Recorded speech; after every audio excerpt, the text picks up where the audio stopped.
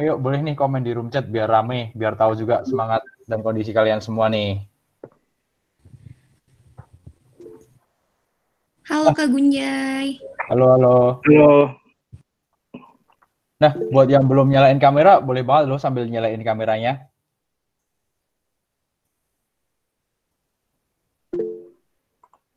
Oke, thank you untuk responnya teman-teman. Nah, pertama-tama nih aku mau ngucapin terima kasih buat antusiasme teman-teman semua untuk hadir di Partnership Academy kedua. Terima kasih juga teman-teman yang belum kebagian slot di Google Meet tapi udah nyempetin untuk nonton live stream dari YouTube. Dan selamat datang juga untuk pihak NGO dari World Merit Indonesia, yang on top, dan IOIN, dan pastinya Kak Ici sebagai speaker Partnership Academy kita hari ini. Sebelumnya izinkan aku untuk memperkenalkan diri. Aku Aurelio Gunajaya, salah satu Board of Partnership IAS Indonesia sebagai PIC dari Partnership Academy dan sekaligus moderator di acara ini. Nah, setelah ini aku akan membacakan rangkaian kegiatan dan peraturan selama sesi berlangsung. Nah, untuk rangkaian kegiatan yang pertama ada opening, kemudian dilanjutkan dengan sambutan oleh Vice Director of Partnership kita dari Kana, dan dilanjutkan dengan pembacaan CV speaker. Lalu ada presentasi dari Kak Isi sendiri selaku speaker dan dilanjutkan Q&A session, dan terakhir akan ditutup dengan penyerahan TOA dan foto bersama.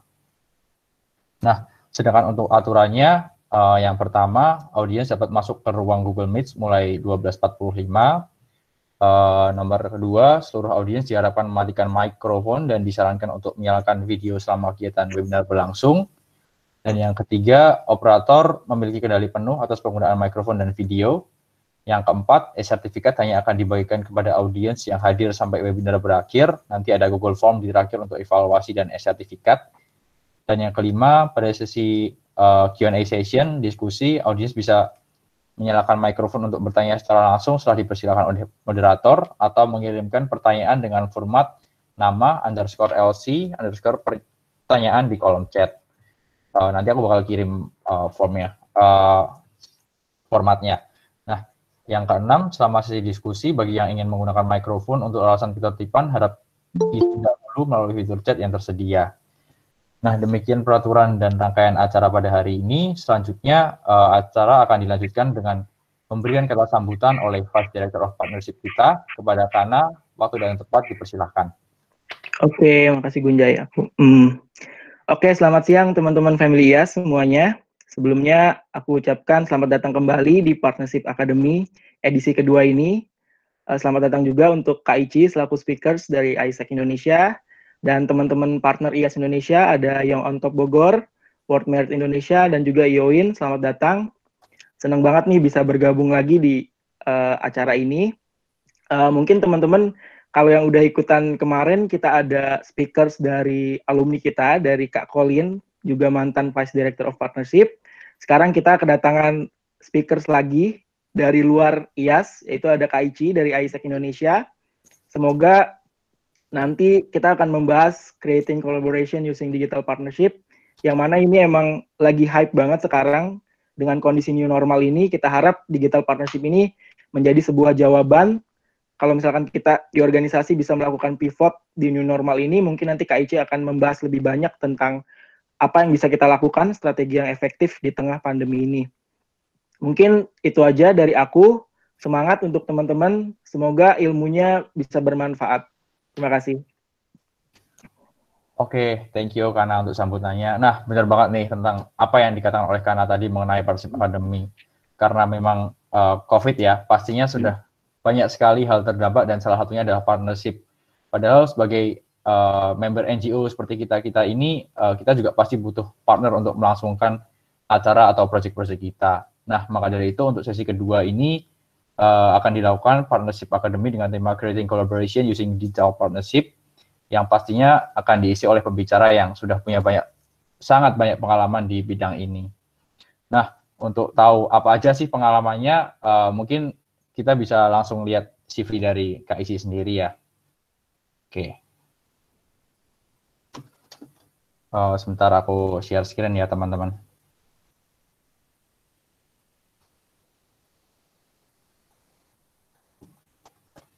Udah, oke. Udah kelihatan belum?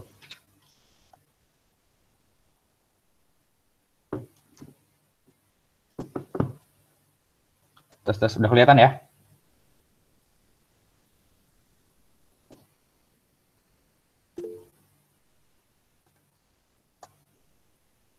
Oke.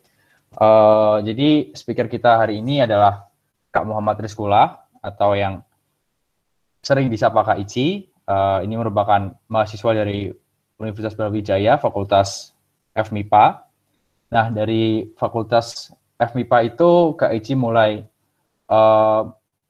start untuk cari pengalaman di bidang organisasi nih.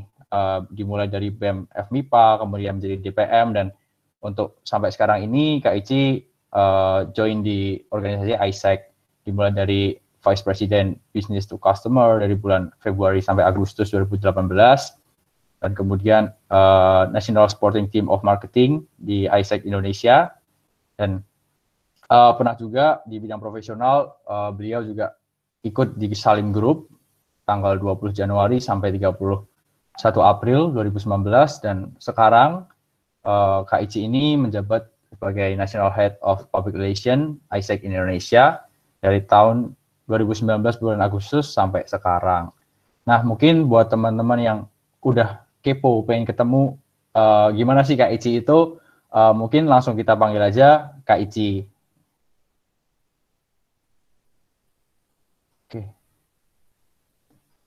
Oke, halo semua. Selamat siang. Suaraku kedengeran nggak? Halo Kak, selamat siang. Halo Kak, selamat siang. Iya, kedengaran Kak. Oke, pertama sebelum aku mulai, aku akan mencoba mengutarakan nervous aku, rasa gugup aku untuk sharing bersama kalian. Karena di sini kayak apa ya? Sebentar ya.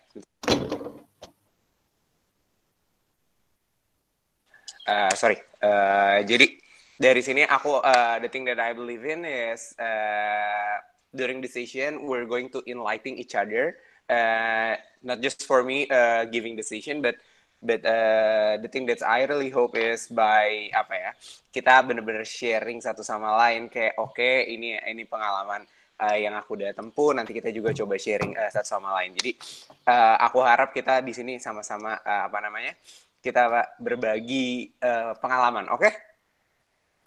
Kita sepakat? Oke, terima kasih. Kalau kayak gitu, aku akan coba mulai untuk present ininya dulu ya. Screen aku.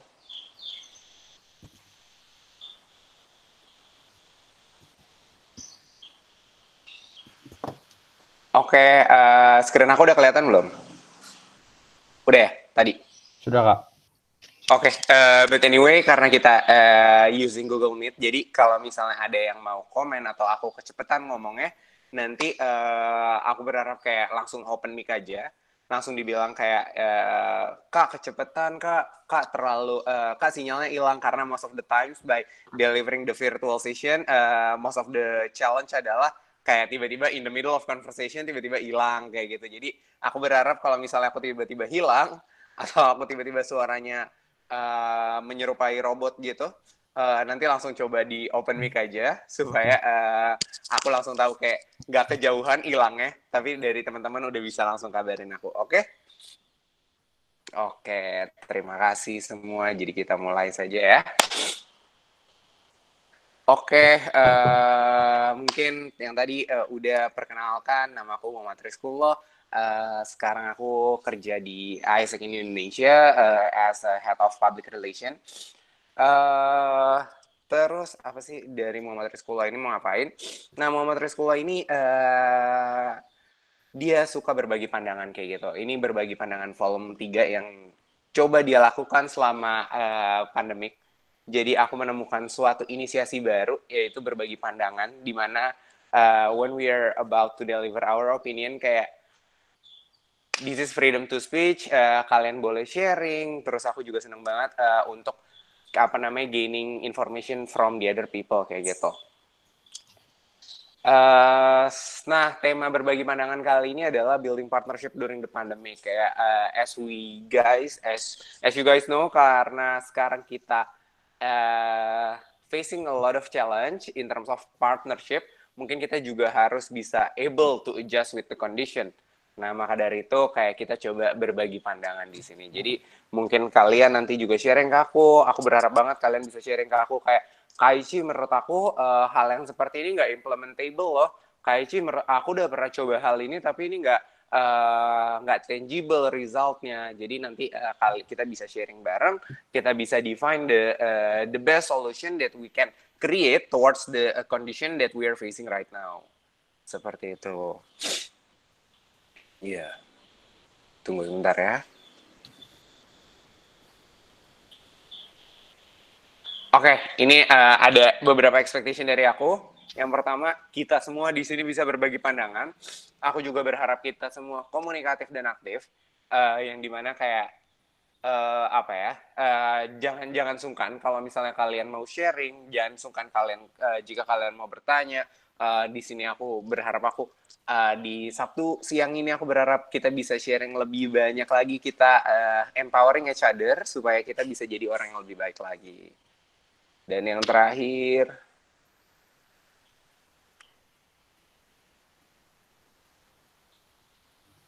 kita tunggu sebentar ya.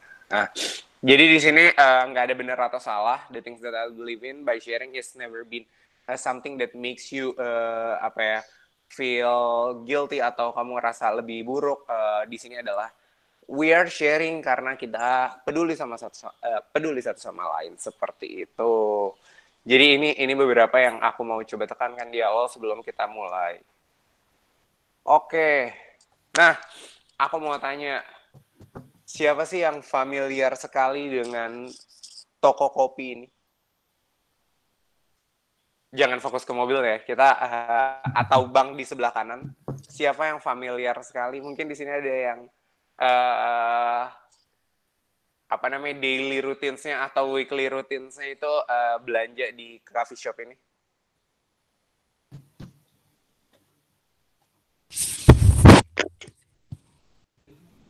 Anyway, screen aku udah kelihatan belum? Sudah, Kak. Udah. Oke. Ada yang suka jajan atau ada yang suka atau ini deh. Suka Kak, suka banget. By the way, it will be better kalau misalnya kamu kasih tahu ke aku dulu namanya siapa biar kita makin kenal. Setelah kamu ketika mau sharing, coba ceritain namanya siapa dulu. Tadi siapa? Yang saya. Iya. Aku. Oh iya. Gita Kak. Oh, Gita, favorit minuman di toko kopi ini apa, Git? Ice mocha, tapi pakai tambahan sirup aneh-aneh gitu, tapi pokoknya sesuai mood hari itu aja deh. Oke. Ada lagi yang suka belanja di toko kopi ini? Yang sudah sangat amat terkenal. Aku. Siapa nih? Manika. Monica? Manika. Paling suka minuman favoritnya apa nih di sini? Signature chocolate. Signature chocolate-nya. Oke, thank you. Dari toko kopi yang udah terkenal banget worldwide ini, yang pertama kali ditemukan, yang pertama kali ada di Seattle. Nah, kalian pernah dengar nggak sih cerita tentang ketika Starbucks pertama kali muncul? Ketika Starbucks pertama kali muncul, itu tuh ada beberapa hal yang terjadi. Pertama kali Starbucks muncul tuh dia muncul dengan sesuatu yang memang sangat menarik, yang dimana membuat orang-orang tuh tertarik banget nih sama toko kopi ini, karena ada salah satu unique selling point ya. Nah, back to the first time when this coffee shop moved to the neighborhood, itu mereka benar-benar rocking the market kayak gitu. Dia benar-benar hebat banget in terms of meningkatkan unique selling point dari toko kopi ini. Jadi salah satu unique selling point yang aku ingat adalah mereka membolehkan karyawannya, baristanya itu dibolehin untuk ngobrol sama customernya. Yang dimana di saat itu coffee shop tuh sangat strict dalam melarang melarang baristanya atau karyawan dari toko kopi itu untuk ngobrol sama customer. Nah, pada saat itu Starbucks ini menawarkan sesuatu yang sangat nyaman gitu. Yang pertama, dia tuh sering banget memberikan kopi gratis. Tapi kita tuh sebenarnya nggak tahu kopinya tuh seperti apa. Tapi itu Starbucks sering banget memberikan biji kopi gratis kayak gitu. Terus yang kedua, memberikan kenyamanan dengan membolehkan karyawannya untuk diskusi dengan customer-nya. Makanya employee branding dari Starbucks itu sangat bagus.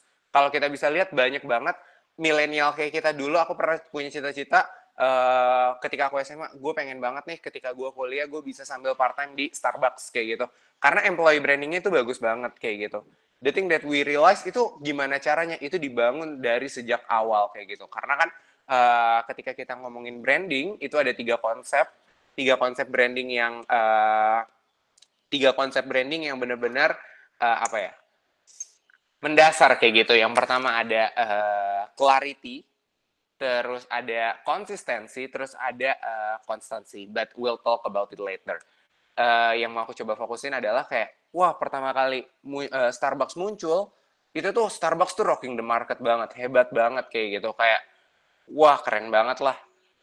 Nah, tapi apa sih yang terjadi setelah Starbucks muncul? Ada beberapa hal yang terjadi kayak gitu. Nah, yang kita bisa lihat, the other coffee shop in the neighborhood need to shut down their coffee shop. Ini adalah waktu-waktu unprecedented time kayak gitu. Nah, the other coffee shop in neighborhood need to shut down their coffee shop itu kenapa sih? Itu tuh ada, coba kita analisis apakah karena Starbucks-nya atau karena si coffee shop sendiri kayak gitu loh. Kita harus benar-benar bisa lihat. Ini tuh kondisi di mana mungkin si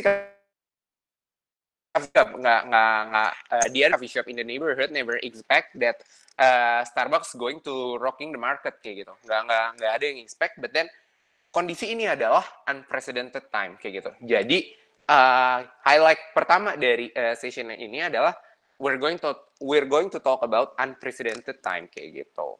Nah, setelah dari situ si coffee shop ini selalu memiliki dua pilihan. There always been a choice. Yang pertama, close the coffee shop karena marketnya udah dimobilize ke Starbucks. Dia akan menutup coffee shopnya karena nggak ada pelanggan. Atau selanjutnya, pilihan selanjutnya yaitu reinvent themselves atau reinvent the coffee shop kayak gitu. Selalu ada pilihan. Kalian tuh mau pilih untuk mengikuti nasibnya aja, kayak ya udahlah. Atau kalian sebenarnya ini adalah kondisi di mana kalian seharusnya bisa leveling up yourself kayak gitu. Leveling up your organization, leveling up your department. Nah, maka dari itu kita lihat nih, sebenarnya kalian tuh tipikal orang yang mana sih? Apakah kalian ingin menutup coffee shop-nya atau kalian ingin leveling up yourself? I believe all of you guys in here are a very very amazing young person in here. Jadi I will go with the reinvent themselves. Sepakat? Apa ada yang mau close the coffee shop juga?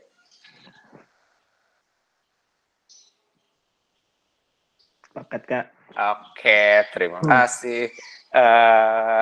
Nah, tapi gimana sih pertanyaannya? Gimana sih kita bisa nge-reinvent ourselves kayak gitu? Gimana kita bisa leveling up diri kita jadi seseorang yang lebih baik lagi, atau kita bisa leveling up our organization jadi sesuatu yang lebih baik lagi kayak gitu.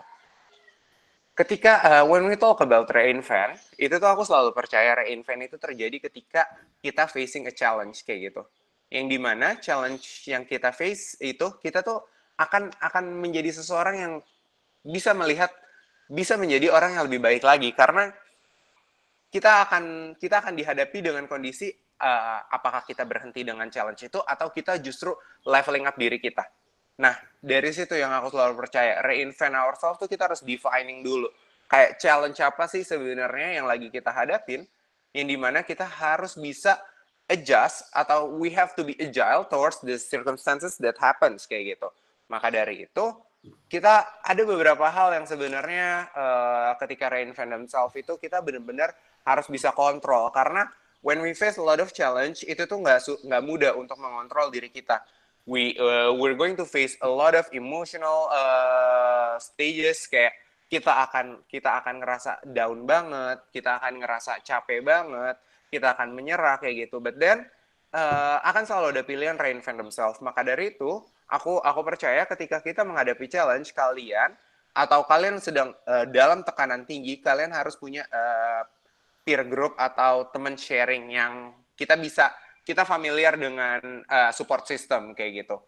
Kalau misalnya kalian udah punya support system yang dimana dia bisa mengingatkan kayak we need to reinvent themselves, kayak ketika challenge ini terjadi kita harus benar-benar ingat lagi nih apa sih alasan kita melakukan aktivitas tersebut.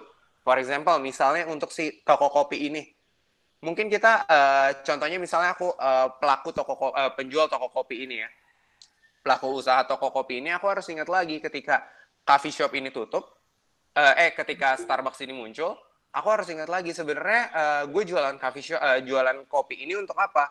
Apakah gue cuma untuk cari uang, atau gue ingin menyediakan kopi terbaik untuk pelanggan-pelanggan setia gue? Karena itu kan dua hal yang berbeda. Walaupun memang terkesan sama, tapi itu sebenarnya dua hal yang berbeda yang memiliki arti yang berbeda juga.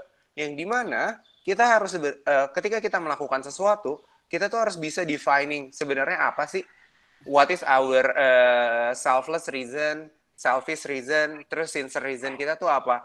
For example, misalnya karena aku mau, bukan karena aku mau cari uang aja, karena aku mau menyediakan kopi terbaik untuk pelanggan-pelanggan setia aku ngerasa okay, I need to find something that I can control. I need to make something that I can control, kayak gitu. So during this stages, ketika kamu udah tahu why kamu apa, purpose kamu apa, kamu harus melakukan satu hal kayak gitu, yaitu kita tunggu sebentar ya.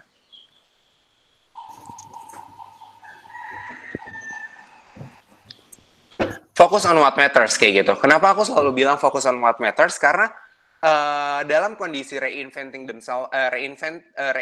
stages ini tuh ada beberapa hal atau ada beberapa variabel yang memang kita nggak bisa kontrol. Jadi kita harus benar-benar bisa define lagi nih, variabel apa sih yang bisa kita kontrol?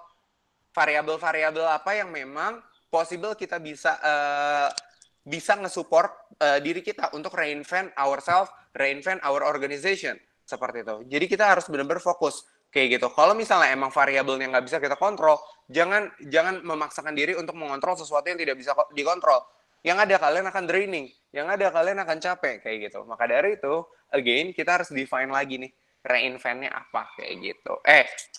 Apa yang bisa kita kontrol kayak gitu. Mungkin ketika aku akan coba kasih contoh lagi di toko kopi ini, focus on what matters adalah ketika Starbucks menawarkan kenyamanan ketika berbelanja, aku harus bisa tahu lagi, oh ternyata market aku tuh suka banget mendapat kenyamanan. Oke, mungkin jika aku ingin memberikan atau if I'm about to serve another coffee for my loyal customer, aku harus coba buat environment yang lebih nyaman lagi daripada Starbucks yang udah ditawarkan oleh Starbucks kayak gitu. For example, aku ketika misalnya di dalam kondisi itu Starbucks menawarkan dia bisa ngobrol dengan baristanya, terus diberikan biji kopi gratis kayak gitu. Nah, mungkin aku harus cari tahu, oh kayaknya kira-kira customer aku tuh butuhnya adalah wifi kayak gitu. Jadi kita harus bisa analisis juga sebenarnya. Benar-benar kita harus kembangin thinking proses kita ketika kita fokus on what matters. Oke, memang ini aku nggak bisa bilang ke Starbucks kayak variabel yang nggak bisa kita kontrol adalah contohnya kayak di case toko kopi ini kita bilang, Starbucks boleh nggak lo nggak usah jualan? Itu kan nggak make sense kan?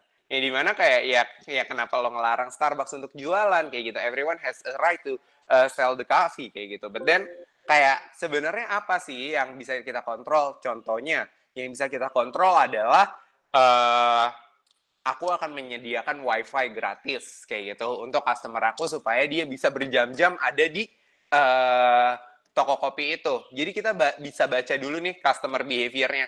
Contohnya misalnya di Starbucks pelanggan itu bisa lama banget atau tertarik dengan bisa lama banget nongkrong di Starbucks karena dia bisa ngobrol sama pelanggan ya kayak gitu. Atau dia tertarik karena kalau dia lama dia bisa diberikan biji kopi gratis kayak gitu. Nah, kita harus cari tahu sebenarnya dia tuh ngapain sih di toko kopi biasanya. For example, misalnya di saat itu untuk mencari networking kayak gitu. Nah, kita providing lagi nih, kita coba bisa menyediakan sesuatu yang bisa ngebantu customer kita untuk gaining the network-nya kayak gitu. Jadi benar-benar kita harus pilih variabel apa yang bisa kita fokusin kayak gitu. Nah, talking about how to reinvent ourselves itu tuh ada satu hal yang selalu ketika kita mau coba reinvent kita tuh harus ingat lagi. Nah, makanya tadi udah sempat disinggung sedikit dengan oleh Kana, what we're going to talk about adalah changes kayak gitu, change management. Tapi tunggu bentar ya, slide aku belum connect nih. Nah, akan ada di saat kita tuh harus bisa adjust atau kita harus bisa agile, kita harus bisa pivot. Mungkin di sini sangat familiar ya dengan pivot, terutama mungkin pivot kan munculnya aku pun pertama kali tahu pivot itu dulu ketika aku jadi dulu aku ikut ekskul basket pas aku SD, jadi aku diajarin apa sih itu pivot kayak gitu kan. Nah, cuman kan pivot tuh kayak sebenarnya konotasinya lebar banget kan, yang dimana kayak ada pivot di Microsoft Excel, terus apa sih pivot? Mungkin di sini yang anak basket juga yang ikut basket mungkin udah familiar sama pivot, yang dimana kaki kita tuh bertumpu di satu tempat, yang lain tuh bisa berputar kayak gitu. Nah, dari pivot ini kita tuh harus bisa tahu pivotnya tuh di apa sih, pivot yang benar tuh seperti apa kayak gitu, karena kita nggak bisa sembarangan melakukan pivoting, karena ketika kita pivot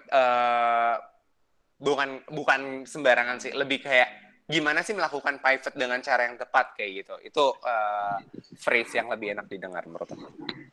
Nah, kita akan talking about pivot on partnership. The things that I believe in ketika pivot adalah kita tuh harus bisa melihat sesuatu yang lebih luas lagi. For example, ketika aku pivot on partnership, jangan pernah pivot on what-nya kayak gitu. Kalian kalau misalnya kalian familiar dengan teori what, how, why, kalian jangan pivot di what-nya, karena ketika kalian pivot di what-nya, kalian akan melimitasi diri kalian kayak gitu. For example, misalnya kalau pivot aku ada I do public speaking. Ketika aku pivot di I do public speaking, dengan kondisi seperti ini, aku cuma bisa melakukan offline atau online doang. Yang dimana sebenarnya apa sih yang harusnya aku rubah dalam kondisi seperti ini? Maka dari itu cari why aku tuh apa? Why aku adalah I'm about to influence the other people that they have to be inspired for whatever they are going to do kayak gitu. Ketika aku pivot on why-nya, aku bisa melihat sesuatu yang lebih luas lagi kayak gitu. Aku bisa melihat ternyata nggak cuma dari situ. Aku bisa membuat kelas online untuk sharing session tentang public speaking. Terus aku juga bisa buat coaching classes buat public speaking juga. Karena kan aspire aku tuh untuk nge-influence orang supaya dia bisa inspire dengan apa yang dia lakukan. Jadi tuh nggak cuma dari public speaking doang, tapi dari why-nya kita bisa lihat sebenarnya apa sih kayak gitu. Jadi lebih luas gitu loh kalau misalnya kita pivotnya di why kita, purpose-nya kita kayak gitu. Nah itu, maka dari itu kita akan ngomongin pivot on partnership. Setelah aku coba jelasin konteks pivot yang aku maksud di sini. Pivot on partnership tuh ada beberapa hal kayak gitu yang gimana caranya. Itu tuh sebenarnya kita harus lihat lagi sih pivotnya tuh apa dengan kondisi. Kita harus benar-benar pintar-pintar baca kondisi dalam situasi kayak gini. For example, Misalnya sekarang bottleneck kalian apa sih? Terus desire kalian apa? Mungkin aku sebelum lanjut ke pivot on partnership, di sini ada yang mau sharing nggak? Sebenarnya bottleneck kalian itu tuh selama pandemik ini apa sih in terms of partnership? Kalau aku boleh tahu?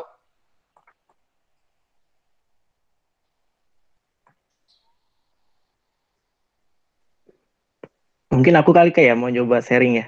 Boleh. Ini dari siapa? Karena Boleh, karena boleh. Sharing. mungkin aku lihat bottleneck-nya IAS Indonesia sih ya, kalau aku lihat in terms IAS itu kayaknya kita kan lebih banyak programnya itu offline. Contohnya kita punya desa binaan dan kita tahu project-project kita itu harus berjalan sebenarnya kalau normal itu kan offline dan itu yang bisa kita jual. Nah, itu sedikit sekarang jadi apa? Jadi kendala kita gitu. Gimana kita ngajuin, misalkan kita biasanya bisa ngajuin untuk dana pengembangan desa atau exchange program, kayak gitu kan sedikit terhambat. Jadi kita ada kendala di situ kayaknya kalau in terms IAS. Oke. Aku boleh coba sharing lagi sama Kana ya. Berarti kondisinya tuh adalah karena banyak project dari IAS adalah projectnya offline. Kalau aku boleh tahu, sebenarnya project dari ini objektifnya apa sih? Objektif dari VCP ya? Iya, dari projectnya IAS ini apa?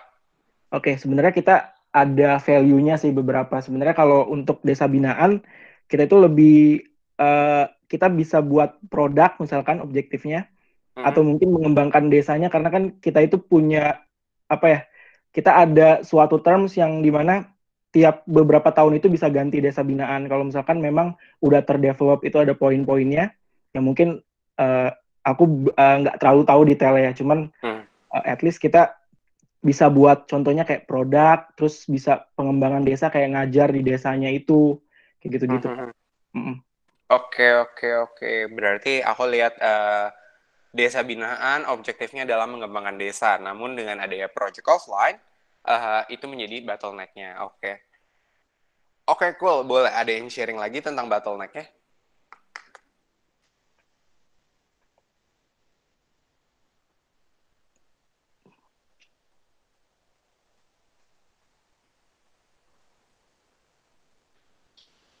Oke, mungkin selagi menunggu yang kalau misalnya ada yang mau sharing tentang bottleneck-nya, nanti bisa sharing lagi. Nah, terus aku juga boleh tanya nggak untuk Kana, sebenarnya desire dari the current situation-nya tuh apa sih?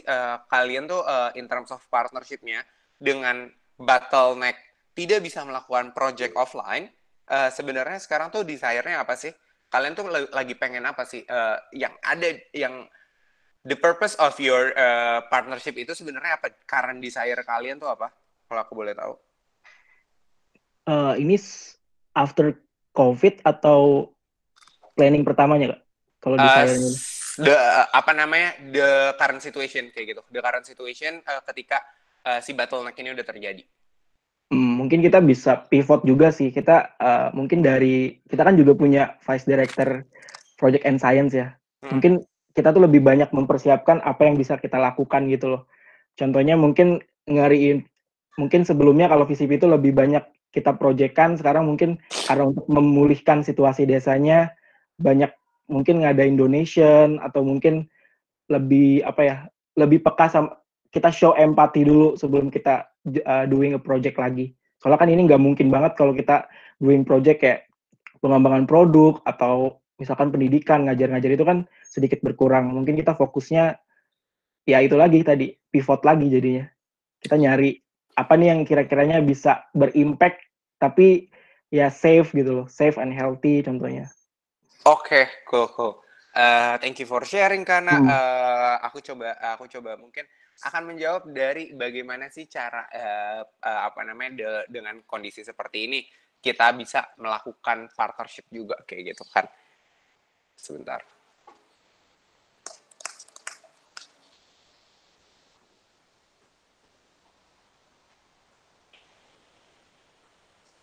Oke, do you mind to share tadi ini? Nah, pivot on partnership. Nah, dari sini kalau misalnya aku coba glimpse dari case yang terjadi, sebenarnya aku lihat kayak objektifnya adalah mengembangkan desa. Namun bottleneck-nya ketika mengembangkan desa kita harus bisa melakukan, kita nggak bisa nih karena government restriction and so on kayak gitu for the safety measurement kayak gitu kan. Jadi nggak bisa nih kita melakukan pengembangan desa.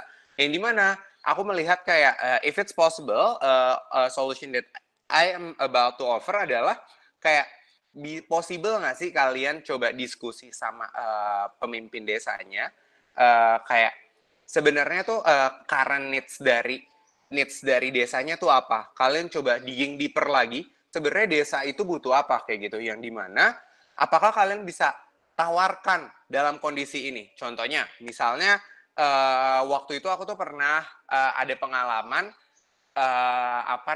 aku dulu pas lagi kuliah aku pernah KKN. Itu tuh pengembangannya aku ambil sektor economic growth kayak gitu, yang dimana aku coba nge-training warga desa di sana untuk melakukan marketing kayak gitu, yang dimana gimana sih cara marketing yang benar, karena mereka tuh bener-bener kayak langsung mereka ada langsung dijual kayak gitu. Mereka source-nya tuh banyak banget, cuman nggak bisa diolah dengan baik kayak gitu. Maksud aku diolah dengan baik, as in kayak sebenarnya mereka bisa nge-package itu. Maka dari itu aku coba ngasih edukasi marketingnya kayak gitu. Jadi edukasi marketingnya emang nggak langsung impact naikin gross domestic produknya mereka kayak gitu, atau RDP kalau nggak salah. Pokoknya GDP. Nanti kalian coba cari GDP itu apa.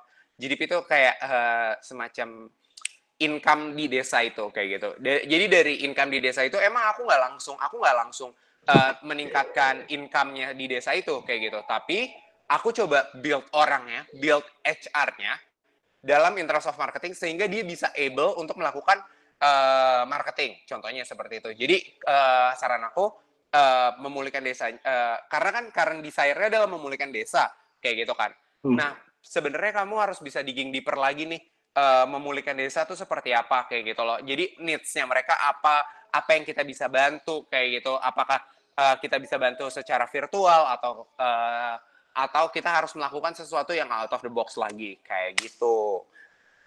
Maka dari itu ada beberapa tips. BTW karena tadi sedikit menjawab nggak untuk sharing? Menjawab kok Kak, cuman mungkin bisa dijelasin lagi Kak ke teman-teman IAS, kayaknya masih ada yang belum familiar sama bottleneck dan desire-nya itu apa poin-poinnya. Oke. Untuk bottleneck itu jadi kayak kita harus define dulu bottleneck tuh kayak apa ya? Bottleneck tuh challenge atau masalah yang terjadi ketika kita lagi mau melakukan sesuatu kayak gitu. Kayak lebih apa ya, bottleneck-nya tuh kita harus benar-benar bisa define ketika kita punya plan. Sebenarnya challenge yang akan terjadi itu apa aja, kayak yang hambatan, itu dia kalimat yang tepat. Hambatan. Dari tadi aku mencari-cari kayak hambatan. Iya. Jadi hambatannya apa sih ketika kita mau raising partnership kayak gitu? For example, aku tuh beberapa kali menemukan case dalam dalam raising partnership itu ada beberapa hal nih. Mungkin kalian juga bisa relate karena ini yang terjadi sekarang ya. Ketika kita mau raising partnership dalam kondisi seperti ini, ada beberapa masalah yang aku lihat. Yang pertama, itu tuh mereka tuh nggak mau nge-raise virtually kayak gitu. Mereka harus stakeholder kalian atau partner kalian, calon partner kalian, mereka tuh nggak mau. Mereka nggak mau jika lebih enak. Jika MOU-nya itu ditandatangani secara virtual kayak gitu. Namun setelah ini aku akan bahas itu gimana sih untuk nge-tackle bottleneck-nya itu. Jadi gimana kita bisa overcome bottleneck-nya. Nah, ini nih di Pivot on Partnership itu sebenarnya aku ada 3 poin yang menjadi highlight dalam kondisi sekarang kayak gitu. Yang pertama ada market research, ada raising partnership virtually, stakeholder maintenance kayak gitu. Ini 3 poin yang aku lagi coba gimana sih cara ngelakuin pivot ketika aku mau achieving my why, achieving my purpose, gimana aku bisa melakukannya itu dari 3 hal ini kayak gitu. Nah, yang pertama kita ngelakuin market research, both externally dan internally, kayak gitu. Objektifnya apa sih untuk externally? Yang pertama, konteks. Of course, we are doing condition generally, kita coba cari tahu sebenarnya kondisi secara general tuh seperti apa sih. For example, sekarang in the current situation, kita tuh lagi di fase transisi, yang dimana kita harus tahu digging deeper lagi, apakah ketika fase transisi kita udah bisa melakukan practical learning ya, atau mengeksekusi secara langsung, kayak misalnya kita udah bisa keluar-keluar atau enggak. Terus kayak kita juga harus bisa gain external context juga dari potential partner condition. For example, misalnya kalian mau coba racing partnership sama government atau sama selain sama government sama NGO lainnya gitu, for example ya. Kalian harus tahu sebenarnya kondisi si NGO ini tuh kayak gimana sih.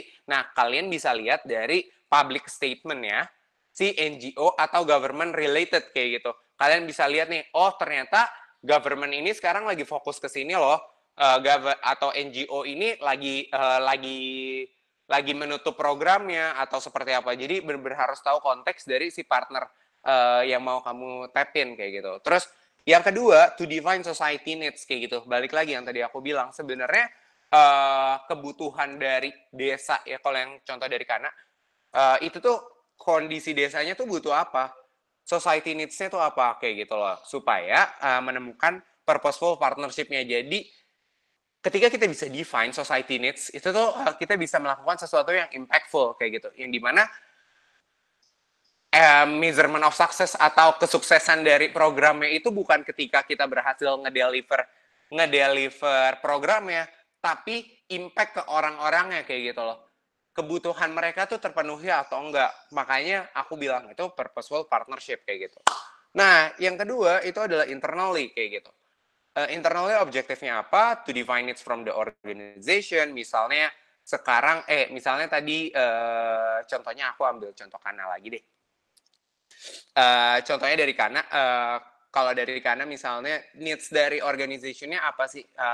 Kamu tuh bisa digging deeper, sebenarnya yang lagi kalian cari itu apa? For example, misalnya kalian lagi butuh source information dari desa terkait. Oke, dari situ berarti kalian tahu, oh ternyata market tab-nya atau potensial partner yang harus di tab itu tuh siapa?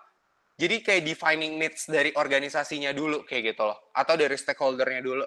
Nah, selanjutnya to define the current partnership that you already have. Sekarang kalian juga harus bisa define sebenarnya partnership yang kalian lagi punya tuh apa aja sih? Stakeholder-nya siapa aja? Kenapa? Karena kita harus bisa maintain stakeholder kita juga yang nanti dibahas di slide selanjutnya. Nah, terus kita juga dalam kondisi ini, kita tuh bisa evaluate the partnership journey that you already deliver, kayak gitu. For example, misalnya kalian udah pernah punya partnership sama beberapa institusi, kayak gitu. Nah, kalian tuh bisa re-evaluate, apakah kalian, both parties, udah fulfilling each other expectation atau belum, atau ada sesuatu yang harus di-improve. Ini tuh waktu-waktu penting untuk kita bisa leveling up diri kita, jadi orang yang lebih baik lagi. Jadi kita improve dari kondisi yang udah terjadi, apa sih yang harus kita lakukan kayak gitu. Yang selanjutnya, find the thing that the organization wants to do during the situation. Nah, ini tadi kan needs-nya. Sekarang yang mau dilakukan dari organisasinya tuh apa kayak gitu. Misalnya kalian mau melakukan pengembangan desa secara virtual atau tadi bentar aku baca dulu ya. Mengembangkan desa, objektifnya kan mengembangkan desa. Dalam kondisi ini kayak, oke, gue mau mengembangkan desa, namun dari kepala desanya dulu. Jadi kayak akan bermacam-macam optionnya ketika kamu mengetahui purpose dari apa yang mau kamu lakukan kayak gitu. Nah, yang terakhir, find the alignment between you and your partner ambition. Itu co-branding, partnership co-branding tuh gimana kita bisa elevating our brand as in konteks di mana kita tuh bergerak dalam kondisi bersamaan kayak gitu. Contohnya di bulan April itu aku kemarin nge-execute ada satu event itu berfokus untuk donasi untuk kaum apa ya bahasanya, usia 60 tahun ke atas kayak gitu. Jadi kita buat campaign bareng, aku sama salah satu stakeholder aku. Itu kalau familiar, nama campaignnya Give for Good.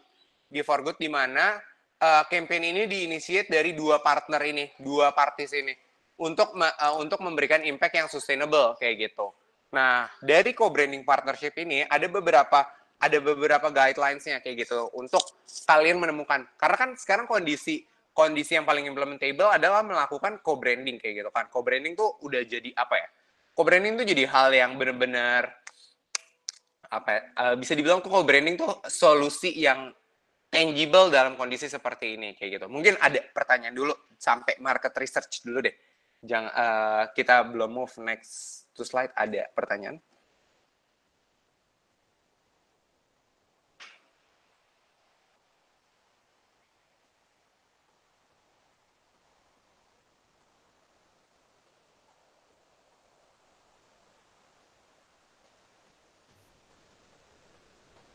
Oke, buat teman-teman yang mau tanya boleh langsung aja langsung chat di kolom chat biar nanti dijawab langsung oleh Kak Ici atau mungkin nanti waktu Q&A session. Terima kasih teman-teman.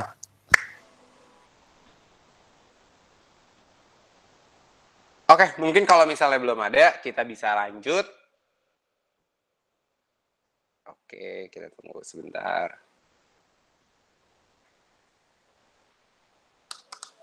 Jadi, nah ini co-branding guidelines yang tadi aku bilang. Sebenarnya gimana sih melakukan co-branding? Yang pertama tuh ada 4 step. Yang pertama tuh clarity on the common goals yang tadi aku bilang. Ketika kita mau building partnership, itu tuh kita harus bisa mengetahui sebenarnya kita tuh memiliki common goals atau enggak sih. For example, misalnya IAS dan AIESEC kayak gitu. Common goals-nya apa sih? Delivering sustainable impact. For example, ini example-nya kayak, oh ternyata ada common goals-nya. Jadi kita udah bisa melakukan co-branding dengan requirements yang pertama, yaitu common goals. Yang kedua, clarity on the measurement of success. Nah, selanjutnya adalah apa sih kondisi di mana kita bisa mengatakan bahwa kita sukses dalam mendeliver project ini atau common goals-nya. Misalnya measurement of success-nya adalah growth of GDP kayak gitu.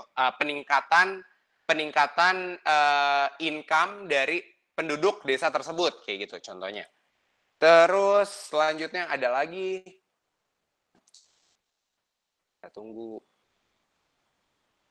clarity on the channels kayak gitu. Nah, dari clarity on the channels itu jadi kita benar-benar bisa define sebenarnya channel apa sih yang kita bisa pakai untuk meningkatkan atau membantu common goals kita terjadi sehingga measurement of success ini bisa kecapai kayak gitu. Maka dari itu ini akan memudahkan kalian ketika mengikuti tahap-tahap ini. Jadi clarity on the common goals, measurement of success, terus clarity on channels-nya. Misalnya channels-nya adalah dari bapak-bapak kades-kades ini kayak gitu untuk melakukan edukasi via Zoom atau via Google Meet kayak gitu.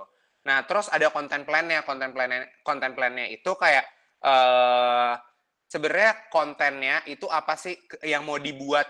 Kontennya itu nggak mesti konten tuh nggak selalu digital ya. Maksudnya konten tuh bisa lebih kayak apa ya? Di clarity common goal-nya tuh kayak apa sih yang mau dilakukan dari kontennya itu, konten plan-nya tuh kayak oke, kita mau planning untuk melakukan diskusi bersama penduduk desa di sini kayak gitu. Jadi benar-benar mengetahui konten plan-nya. Nah, content plan the following are clearly defined, the message being sent, the call to action. Nah, content plan ini itu tuh harus define beberapa hal kayak gitu. Timeline-nya ada, hashtag-nya ada, content that will be created, call to action, the message being sent. Kenapa ini penting? Karena supaya tidak terjadi misalignment information. In general, it is important that both parties are involved in making the campaign success. Maka dari itu, the content will be created by whom kayak gitu. Biasanya, kalau misalnya buat konten, itu tuh kayak, oke, buat konten Snapgram, jadi kita buat baseline dulu. Atau, apa ya, buat yang paling, yang akan gimana ya, buat contohnya kita mendefine dulu color palette-nya tuh apa, terus kayak background-nya tuh apa. Jadi kayak kita udah buat template-nya, itu. Template-nya tuh udah paling general kayak gitu. Jadi untuk konten key message-nya itu bisa diedit-edit bareng kayak gitu. Itu untuk clarity on common goals. Nah, sekarang virtual partnership kayak gitu. Current situation yang aku lihat itu adalah bottleneck-nya. Nih, aku coba kasih lihat ya. Bottleneck-nya itu adalah the stakeholder doesn't accept virtual MOU. Jadi dari hasil analisis aku, karena aku sekarang leading 26 entity local chapter, itu tuh aku coba lihat banyak banget sebenarnya dalam partnership itu yang kayak, iya kak, ternyata aku nggak bisa racing partnership karena stakeholdernya nggak menerima MOU secara virtual kayak gitu. Terus yang kedua, the stakeholder doesn't want to be involved in the current situation. Kayak contohnya, emang stakeholdernya tuh emang lagi nggak mau buka partnership karena dengan kondisi internalnya kayak gitu. Terus solutionnya yang aku tawarkan adalah yang pertama, put motion in the MOU after the pandemic done, it has to be signed physically. Jadi di pasal MOU-nya itu ada tambahan pasal di mana kayak kalau emang jadi immediately will be signed physically, jadi kalian tawarin dulu nih, karena kan mereka nggak mau, karena mereka resah, mereka mungkin memiliki ketakutan kenapa mereka nggak mau partneran melalui virtual kayak gitu. Makanya kalian tawarkanlah ketakutan, jadi kalian harus bisa baca apa sih sebenarnya concern mereka kayak gitu. Terus yang kedua, mungkin in the current situation mereka nggak mau, tapi kita bisa lihat, reallocate the partnership collaboration in the time being, so you have to maintain the partnership. Jadi, yang tadi aku bilang, dalam kondisi ini, kalian harus benar-benar bisa define partner kalian lagi sekarang. Partner kalian tuh siapa aja, kayak gitu. Sehingga kalian benar-benar bisa tahu gimana sih kita bisa maintain. Contohnya, aku beberapa kali harus nge-postpone program aku, dan aku ngerubah itu secara virtual dalam kondisi seperti ini. Jadi tuh kita sama partner tuh kita harus bisa open juga. Kayak tadinya tuh aku ada program namanya International Exchange Day yang akan di-execute itu di bulan Maret kemarin. Namun dengan kondisi yang terjadi itu tuh nggak bisa. Maka dari itu aku tuh harus aku approach partner aku bilang dalam kondisi kayak gini, aku rasa ini nggak possible untuk dijalanin. Bagaimana kalau kita reallocate? Nah, during di reallocate times ini, kita harus tetap maintain kayak gitu. Kayak virtual visit partnership, ada beberapa hal kayak gitu loh. Terus ada desire. Ada desire itu kayak, kenapa sih kita harus bisa menentukan desire? Kayak objektifnya, to reinvent the objective of the partnership during this situation. Kayak gitu. To find the most suitable time execution, to find the most tangible partnership execution that could be implemented, to create something that could be done by both parties during this situation, create co-branding strategies yang tadi aku bilang. Jadi salah satu co-branding strategies yang kemarin aku coba execute adalah melakukan bersama WWF kayak gitu dalam campaign Earth Hour. Jadi aku dengan WWF itu melakukan campaign Earth Hour dengan melakukan co-branding strategies ini kayak gitu. Nah, selanjutnya stakeholder maintenance, itu ada keep them informed, official statement current condition. Ini yang tadi aku bilang, hampir semua NGO atau government atau semua institution pasti dia akan memiliki official statement dalam kondisinya. Biasanya anak PR-nya nih yang melakukan official statement atau public statement-nya kayak gitu. Terus re-evaluate the partnership journey kayak gitu. Itu untuk stakeholder maintenance-nya. Nah, untuk nge-sum up beberapa, sebelum itu mungkin sampai stakeholder maintenance ada yang mau ditanyakan terlebih dahulu. BTW, suaraku kedengeran atau aku ngomong terlalu cepat ya? Kedengeran Kak, pas kok. Oke. Ada yang mau ditanyain? Belum ada ya?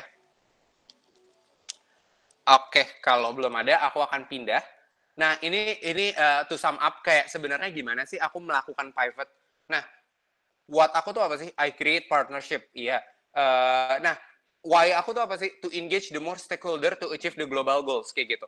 Jadi yang tadinya aku pivot di Watt, kalau misalnya aku pivot di Watt, itu aku cuma bisa buat virtual sama physical partnership and done. But then, again, kalau misalnya aku pivot on why, to engage the more global, to engage the more stakeholder to achieve the global goals, itu aku tuh bisa tahu gimana sih aku bisa achieve why aku ketika aku melihatnya dari why-nya. Initiate the idea of virtual group discussion.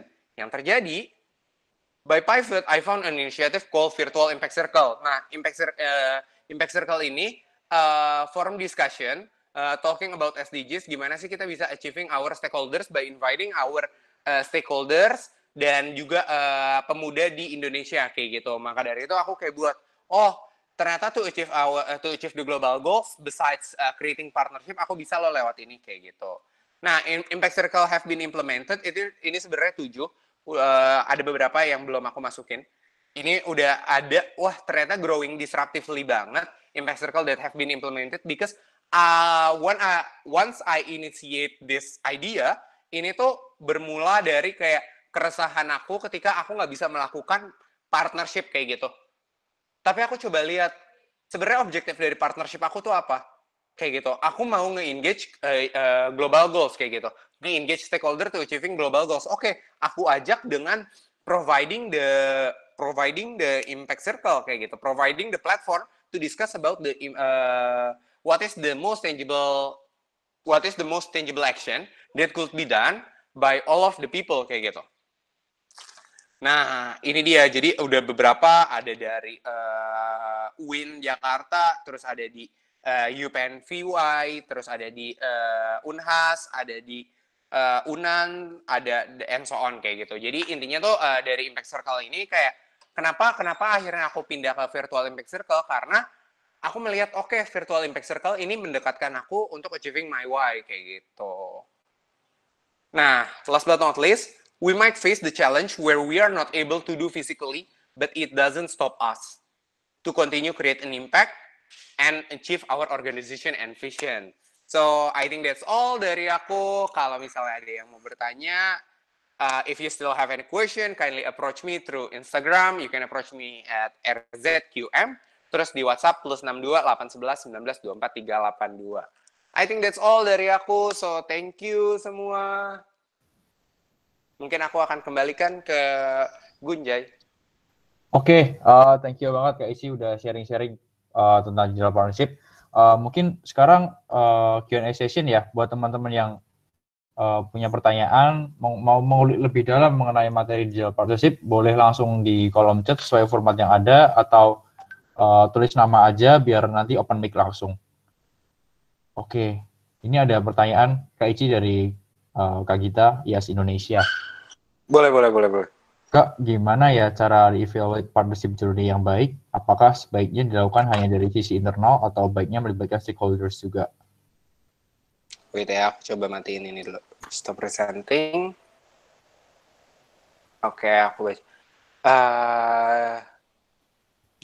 Kak, gimana caranya re-evaluate partnership journey yang baik? Apakah sebaiknya dilakukan hanya dari sisi internal atau baiknya melibatkan stakeholders juga?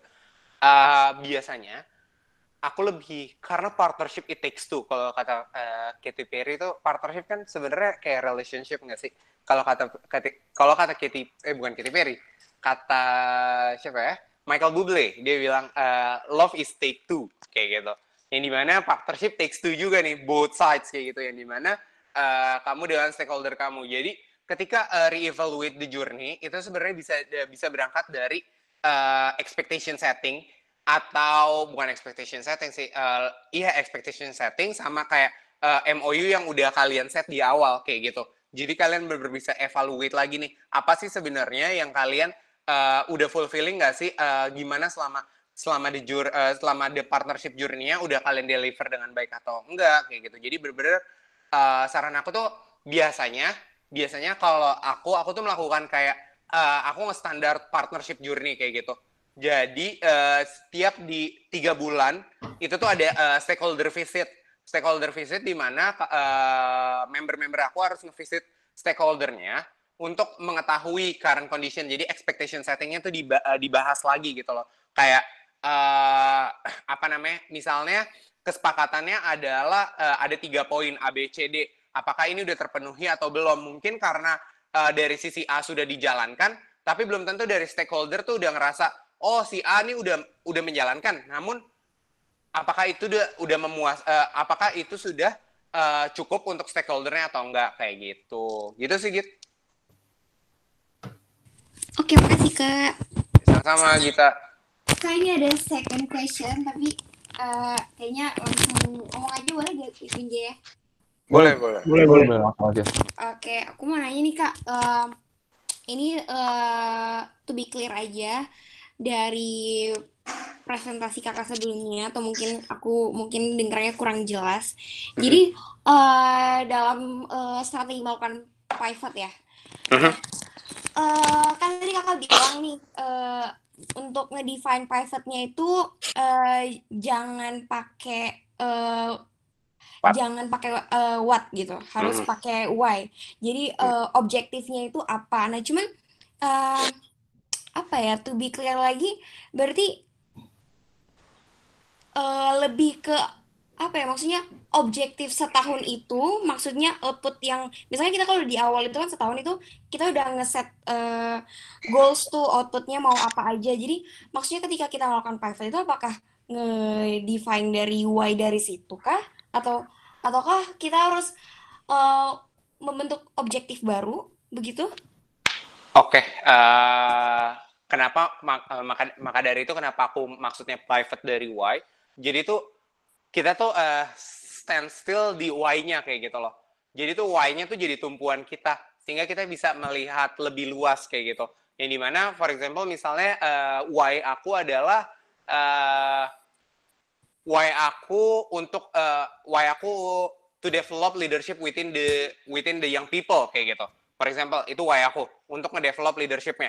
Nah, what-nya adalah cross-cultural exchange. For example, cross-cultural exchange. Nah, tapi dalam kondisi ini kan kita nggak bisa melakukan cross-cultural exchange.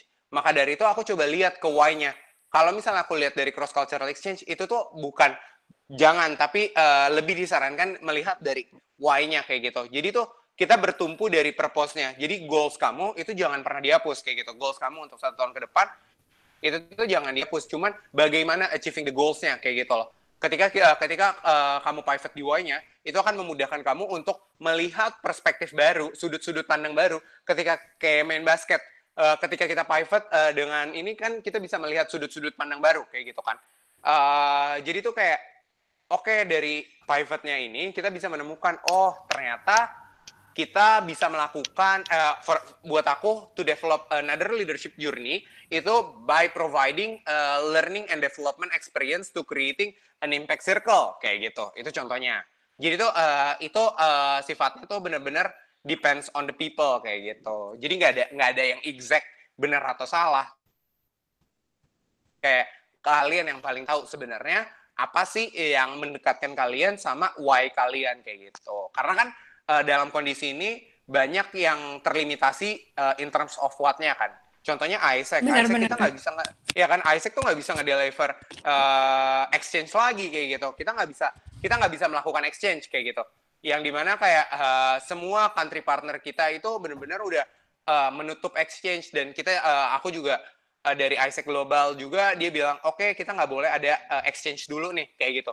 Jadi maka dari itu kan kayak aku mikir keras banget kan, kayak aduh gimana nih kalau misalnya produknya aja exchange kayak gitu, programnya aja exchange, tapi gimana aku bisa, tapi kan itu nggak mematikan aku untuk develop leadership all around the world kayak gitu. Maka dari itu salah satunya aku create inisiatif kayak buat member aku untuk create virtual impact circle. Emang sekarang dia nggak bisa buat exchange, tapi dia bisa buat another challenging environment, yaitu si virtual impact circle kayak gitu.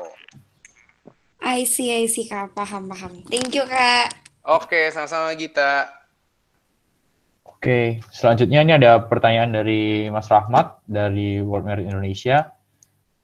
Izin bertanya Kak, apakah waktu membuat event impact circle itu berdasarkan market research atau itu murni mau mencoba cara baru buat lihat pasar? Soalnya tadi Kakak bilang kan berdasarkan keresahan diri sendiri. Terima kasih.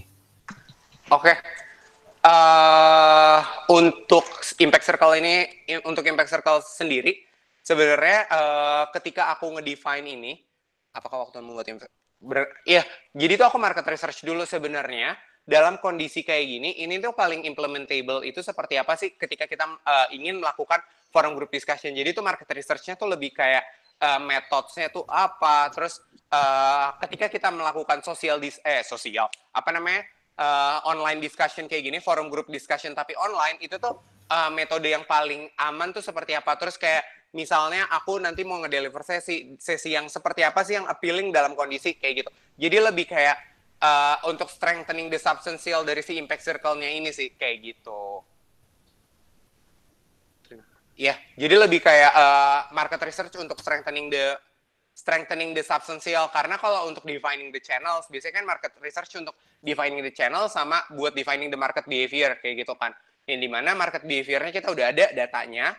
Jadi aku langsung nge-upscale market research-nya dari data yang udah kita punya. Kan target segmented dari impact circle ini sendiri kan pemuda berusia umur 17 sampai 25 kayak gitu kan. Nah, aku udah lihat nih market behavior-nya seperti apa, channel yang mereka pakai tuh seperti apa. Nah, aku mau tahu nih interest mereka kalau misalnya forum group discussion tuh seperti apa. Lebih kayak gitu sih. Semoga menjawab ya Mas Rahmat ya. Atau ada yang mau ditanyain? Nggak apa-apa. Untuk Kak Rahmat bisa open mic aja. Dipersilahkan.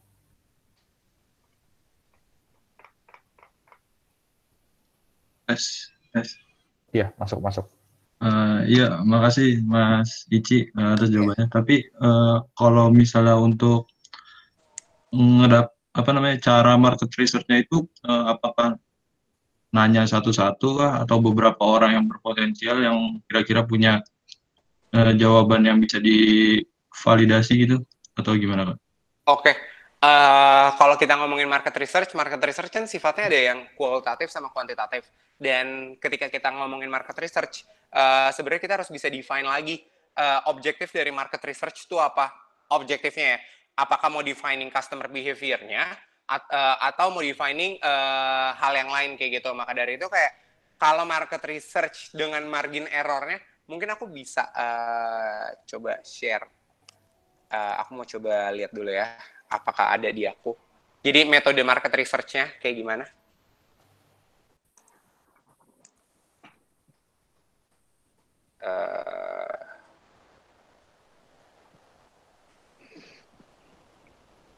Wait. Aku ingat aku pernah sharing soalnya tentang market research.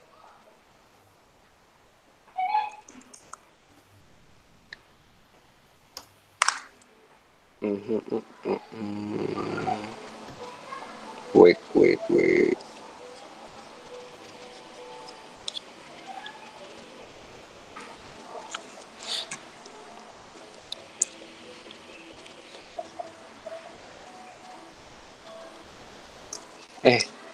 Sorry. Wait.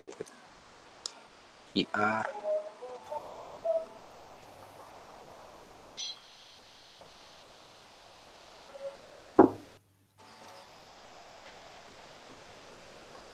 Aku coba share screen tab market research-nya ya.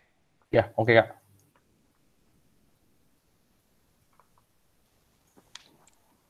Nah, jadi kalau untuk ngelakuin market research, sebenarnya kan kita harus define lagi kan. Kayak sebenarnya tuh objektif dari market research-nya tuh apa. Kalian tuh mau market research.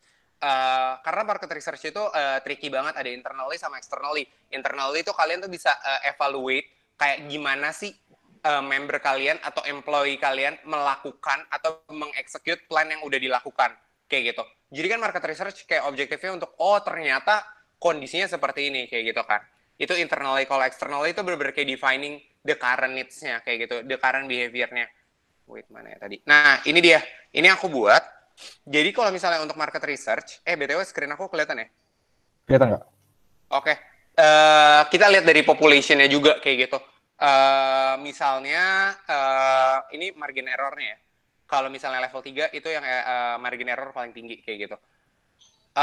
Kalau misalnya population size-nya, misalnya kamu mau market research di jurusan kamu tuh ada 500 anak, 500 orang, berarti kamu harus ngelakuin market research secara kualitatif, itu sebanyak 345 kayak gitu, and so on, kayak gitu. Jadi tuh for quantitative research, the number of respondent you need to depends on the size of your market population, kayak gitu. Itu kalau untuk secara kualitatif, kuantitatif, sorry. Ini sih kalau misalnya mau di capture ini ada apa namanya untuk ngedefine market research-nya kayak gitu.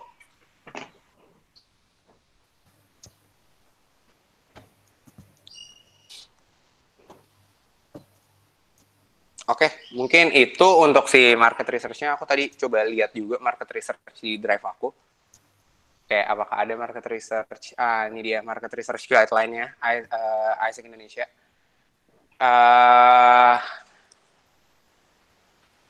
Nah, dari quantitative research-nya gimana sih caranya? Ini ada how to do it, make a list of question that you want to take from this research and put in an online survey platform. Kalian bisa gunain Google Form juga, bisa pakai SurveyMonkey juga. Gather a team to publish your survey for form to your whole network. Ini waktu itu aku coba nge-educate ke member-member aku, makanya aku bilang network. Set your own timeline for your network, submit on this survey. Dan yang terakhir, collect and analyze the data that you get from the survey after the deadline of submission. Responden target kalian harus bisa define juga. Student from your local entity university base, student from local entity market expansion university, dan recently graduate student kayak gitu. Jadi ini berdasarkan dari needs dari program. Kalau dari ISEC kan ada 3 program. Contohnya misalnya ada program yang emang untuk 17 sampai 25 17 sampai 20 itu yang ada di sini, terus yang recently graduate itu program internship magangnya kayak gitu. Itu untuk kuantitatifnya. Seperti itu Mas Rahmat. Oke Mas, cukup menjawab Mas, terima kasih. Oke, terima kasih Mas Rahmat. Oke, thank you. Setelahnya ada pertanyaan lagi dari Catherine Juliana dari IAS Indonesia. Kak, mengenai bagaimana cara leveling up virtual partnership di masa COVID ini, bagaimana menurut kakak tentang berkurangnya peserta mengikuti acara-acara online? Karena semakin lama kan orang mulai banyak yang bosan mengikuti kegiatan online. Kalau dari pandangan kakak, apa yang dapat ditingkatkan ya kak? Terima kasih. Oke, buat Catherine, pertanyaannya sangat menarik karena ini dia yang aku coba persiapkan. Karena kalau kita melakukan sesuatu yang repetitif akan membuat market jenuh. Kalau dulu aku belajar di kimia tuh ada namanya titik jenuh kalau nggak salah. Mungkin kalian agak familiar dengan bahasa-bahasa dengan titik jenuh, titik lebur kayak gitu. Akan ada titik jenuhnya, tapi sebenarnya kita bisa lihat orang ini, makanya by the end of the session, for example by the end of the session sebenarnya itu tuh kita bisa nge-offer kayak gitu loh, kayak kenapa sih alasan mereka kayak kita bisa kasih series of question yang dimana untuk improving programnya lebih menarik lagi. Contohnya misalnya nanti by the end of the session itu akan ada series of question yang akan ditanyakan ke kita semua nih. Gimana sih Kak buat program ini lebih menarik lagi? Contohnya salah satu pertanyaannya kayak kenapa sih kalian datang ke program discussion ini kayak gitu. Jadi ketika kita tahu needs dari market, sebenarnya kan kalau talking about partnership itu kan kayak kita harus benar-benar mastering di supply and demand kayak gitu kan. Ketika kita tahu demand-nya, for example misalnya demand-nya dari Catherine adalah mendengarkan enlightenment tentang partnership. Oke, kita lihat lagi dari orang-orang lain. Kalau majority-nya adalah mendengarkan enlightenment tentang partnership, mungkin Bunjay selanjutnya akan tetap melakukan hal-hal seperti ini kayak gitu. Jadi itu benar-benar berdasarkan dari needs dari marketnya. Kamu harus benar-benar bisa paham baca market dengan salah satu metodenya survei secara online setelah program ini selesai kayak gitu. Karena the thing that I realize itu tuh gimana kita bisa salah satu strateginya juga selain kita fulfilling the substantial atau content needs-nya ke customer kita tuh bisa tahu channel-nya, kita juga bisa define channel apa sih yang paling implementable misalnya dan jam berapa sih, karena kan kalau misalnya kita ngelakuin market research bisa sedetail itu kan, kayak oke, ternyata dari social media analytics kita bisa baca orang-orang tuh sering banget baca Instagram di jam 8 malam hari Jumat kayak gitu. Untuk umur kalian bisa ukur untuk umur 18 sampai 25 kalian bisa lihat oh ternyata jam 8 malam. Oke, berarti kalian ketika ngelakuin content attraction itu pukul segitu baru kalian post kayak gitu sih.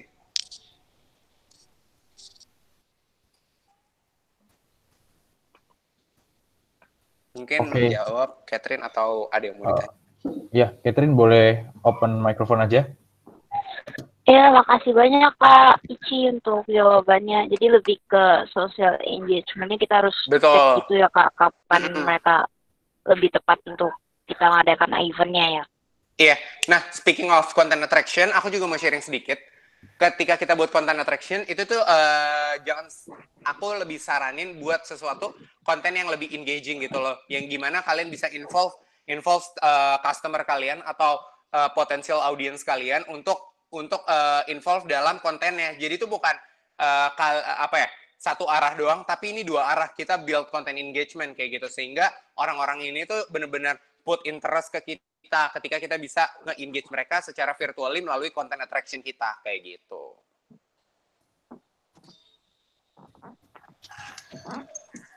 Oke, thank you Kak Iti. Selanjutnya ini ada pertanyaan lagi dari Kak Grace, KSL UNS. Terima kasih untuk penjelasannya Kak. Jadi untuk permasalahan yang pernah terjadi selama pandemi ini, kami mengalami hambatan dalam hal partner, terutama partner yang sharing profit. Sehingga partner awal yang sebagai partner sharing profit kebanyakan berubah menjadi learning partner.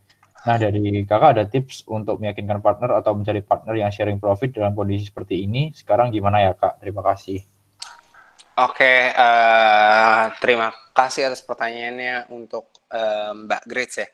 Kalau untuk Mbak Grace nih, pertanyaan ini kayak sharing profit kan sebenarnya kita bisa lihat kan, mungkin ada beberapa company atau beberapa stakeholder yang akan benar-benar lebih strict in terms of financialnya kayak gitu kan. Yang dimana kita sebenarnya bisa cari tahu nih allocation budgetnya itu seperti apa sih, clarity-nya. Jadi one of the financial partner yang baru berhasil collaborating sama AIESEC itu adalah Danone kan. Memang in terms of project execution-nya berbeda kayak gitu. Cuman untuk meyakinkannya adalah kalian tuh harus bisa defining dulu supply dari si stakeholder-nya tuh berapa dan objektifnya tuh apa. Karena balik lagi, ketika mereka mau invest, berarti kan mereka pasti punya objektif. Nah, mungkin mereka tidak akan, ini mungkin asumsi aku ya. Asumsi aku adalah mereka tidak melanjutkan investmentnya atau investasinya karena mereka ragu dengan objektifnya akan objektifnya akan tercapai jika dalam kondisi seperti ini. Namun ketika kamu bisa nge-package itu objektifnya mereka bisa tercapai, sebenarnya ini kan in terms of pitching lagi kan. Gimana kita bisa pitching ke mereka kayak gitu. Ketika kamu bisa pitching ke mereka untuk memberikan clarity, oke, dalam kondisi seperti ini kita bisa tahu investment dari company ini akan tercapai dengan packaging yang udah kalian offer kayak gitu. Jadi objektifnya yang kalian bisa digging deeper. Oke, misalnya objektifnya to untuk raising awareness tentang hidup sehat kayak gitu. Nah, kalau memang kayak gitu, kamu bisa package, oke, itu bukan bottleneck buat aku bisa melakukan hal-hal ini. Jadi kamu bisa yakinkan stakeholder kamu dalam kondisi seperti ini dengan kita strengthening di objektif investment-nya kayak gitu. Jadi investment-nya dia tuh mungkin akan ada ketakutan ketika invest dalam kondisi seperti ini, objektifnya tidak tercapai. Namun ketika kamu bisa package ini dalam in a beautiful way, kamu bisa meyakinkan dia, I think it will be great for you to pitch partnership-nya sih. Lebih kayak gitu.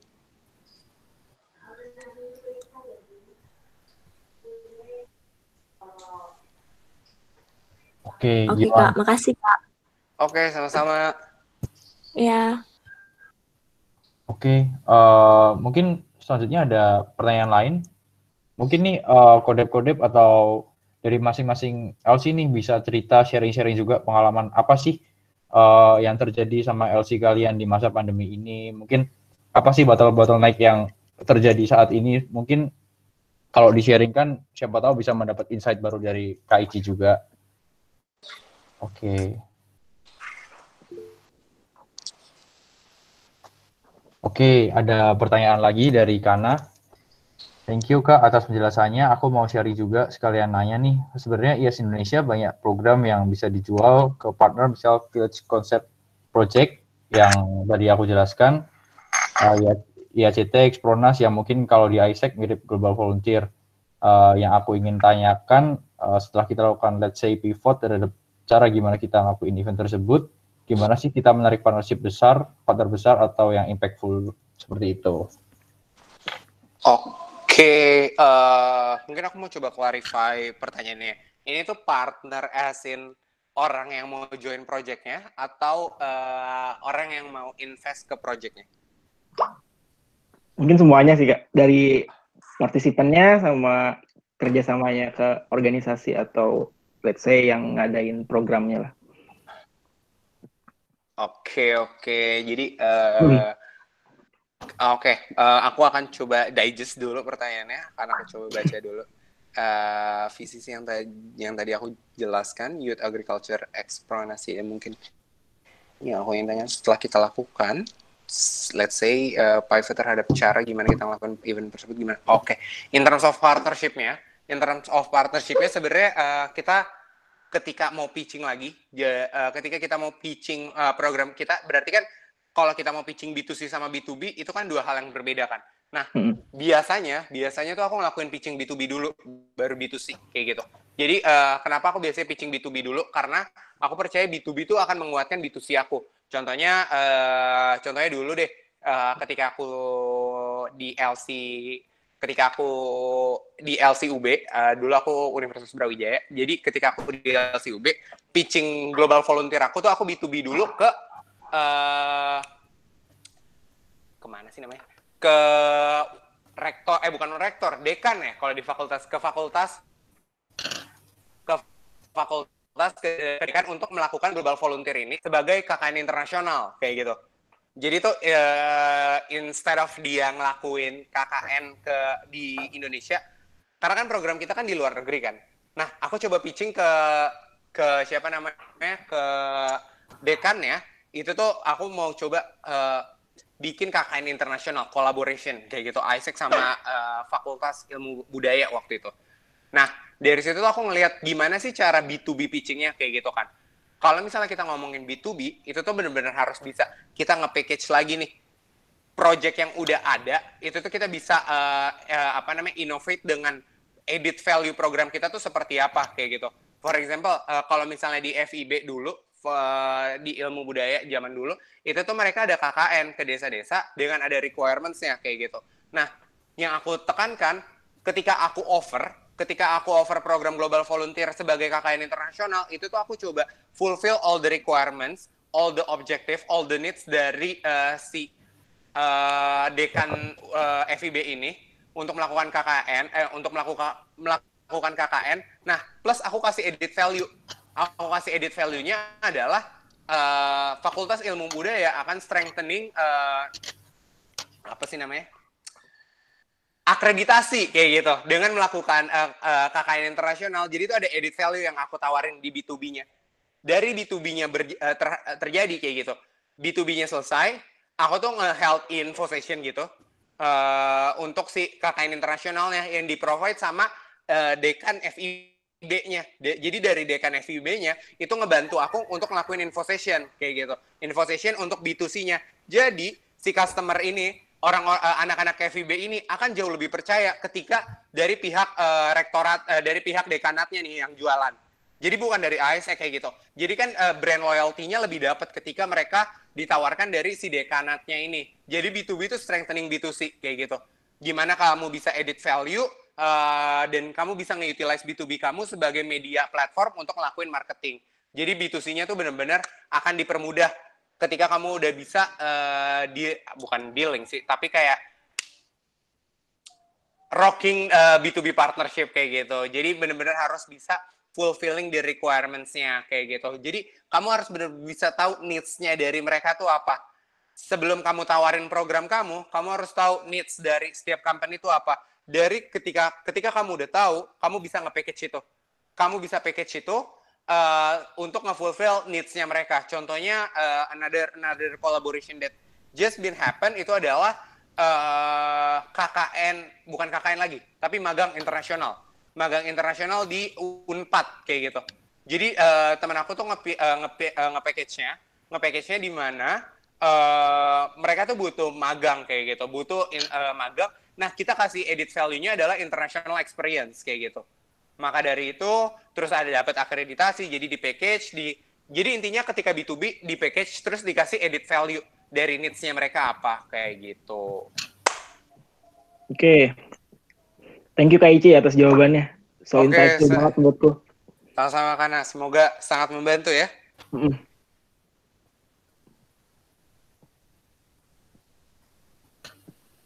Oke, mungkin ada pertanyaan lainnya?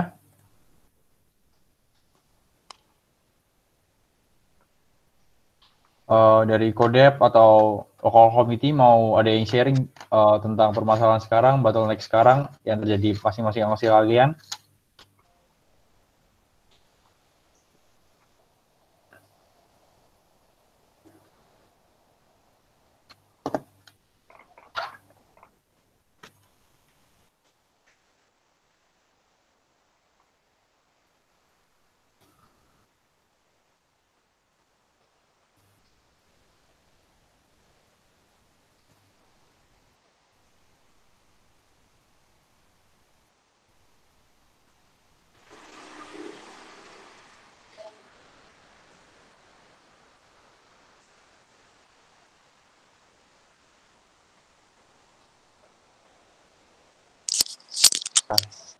Oke, kalau semisal belum ada, belum waktunya juga udah 2:30, mungkin aku sum up aja tadi apa yang udah disampaikan Kak Ici.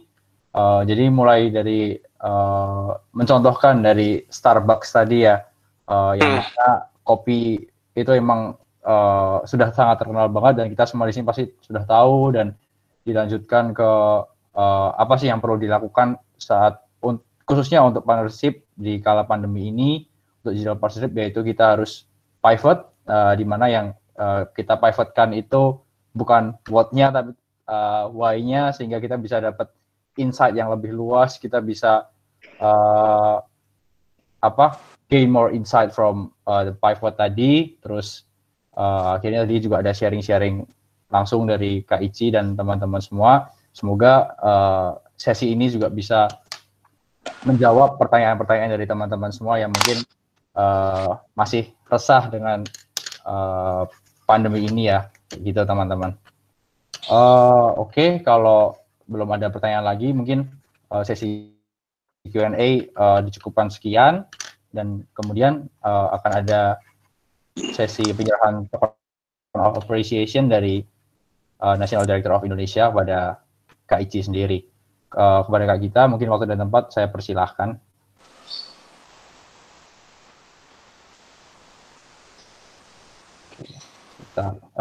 Aku share dulu untuk TOA-nya ya. Boleh Gunjay di-share dulu. Oke.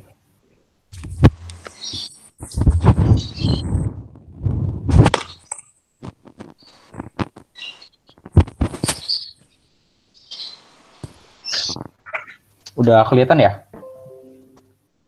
Iya, udah kelihatan. Oke. Oke, langsung aja. Sebelumnya, thank you banget Kak Ici udah mau hadir buat ngisi sharing kita hari ini. Thank you banget juga untuk materi-materinya, ternyata out of the box banget dan inspiring banget. Semoga dengan banyak tips dan materi-materi kakak bisa membantu perkembangan dari IAS Indonesia sendiri juga dalam menghadapi situasi saat ini, terlebih mungkin untuk ngedefine pivot kami yang baru. Dan semoga juga bisa ngebantu teman-teman di semua lokal komite ya dalam in terms of digital partnership-nya. So mungkin itu aja Kak. Semoga nggak kapok buat diajakin ke sini lagi, dan semoga mungkin setelah ini kita bisa maintain komunikasi aja gitu Kak.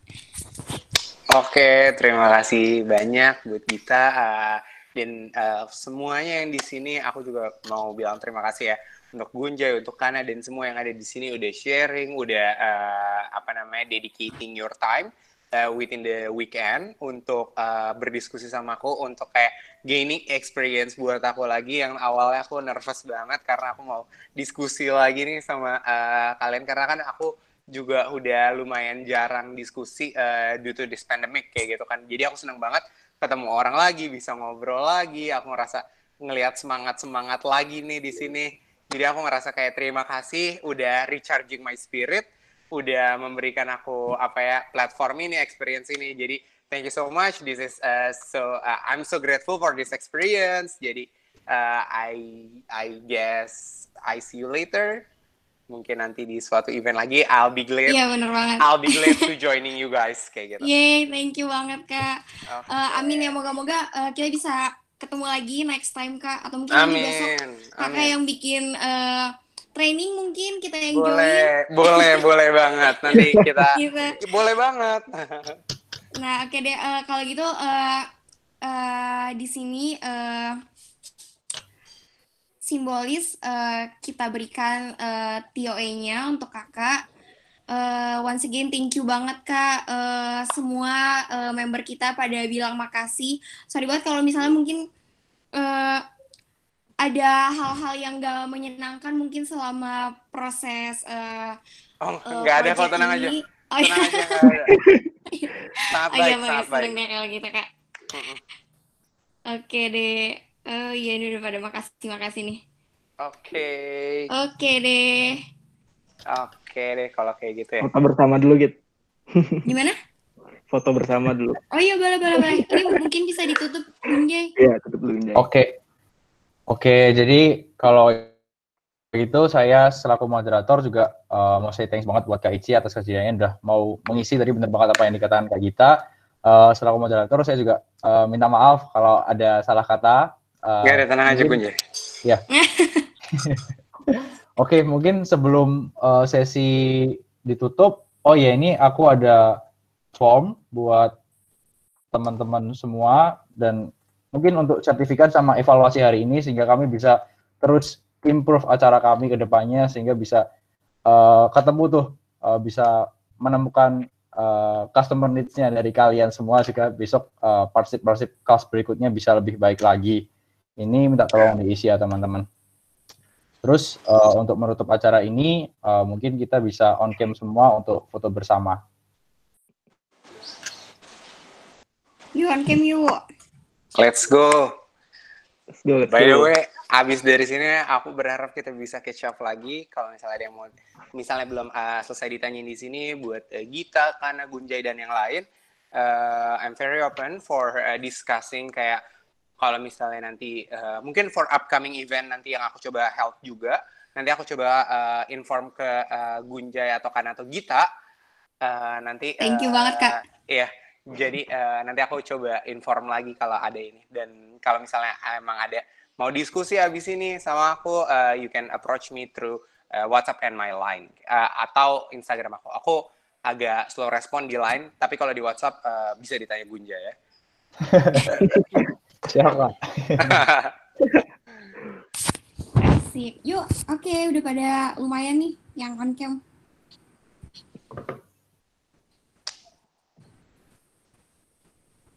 Yuk teman-teman.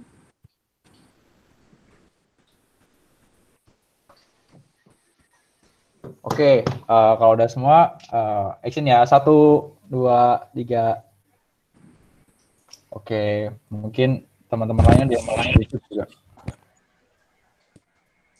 Mungkin terakhir sebelum ini pada live kita itu kali ya Gunjay, jargon dulu. Oke, boleh. Dipersilakan Kak Gita. Oh iya. Kenalin dulu gitu jargonnya. Oh iya benar. Mungkin Kak Ici belum pernah dengar, jadi nanti kalau misalnya saya bilang yes, teman-teman bisa jawab tinggal beli locally. Semoga yang lain nggak pada lupa. Nggak boleh lupa tentunya. Oke, bisa ya semuanya? Oke. 1, 2, 3. Yes.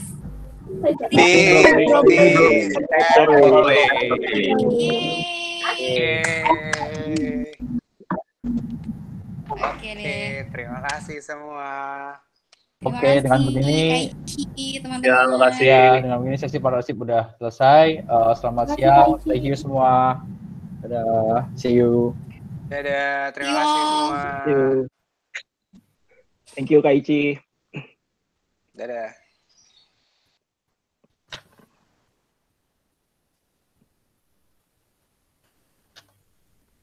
Semangat panitia. Thank you. Thank you Garda. Thank you, thank you.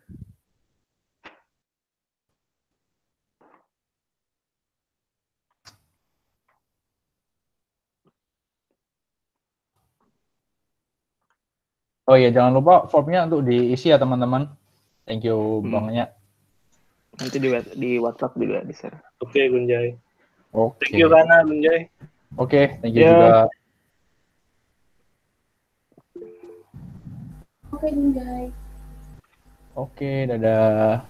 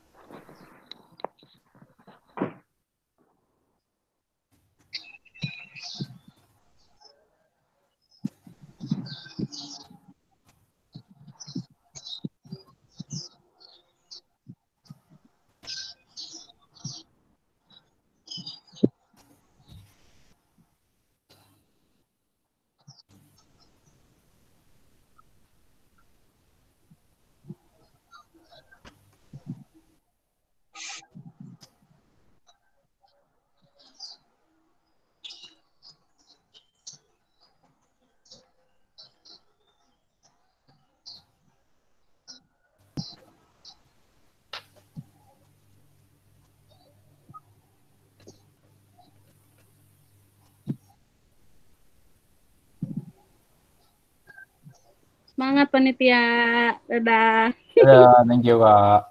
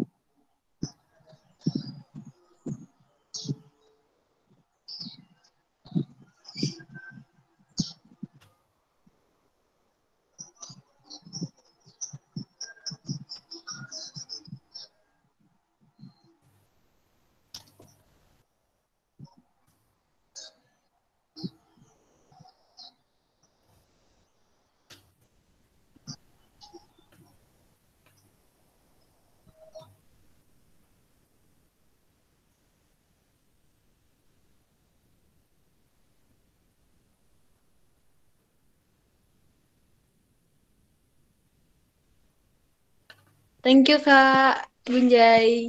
Izin live ya. Dadah, thank you. Ya.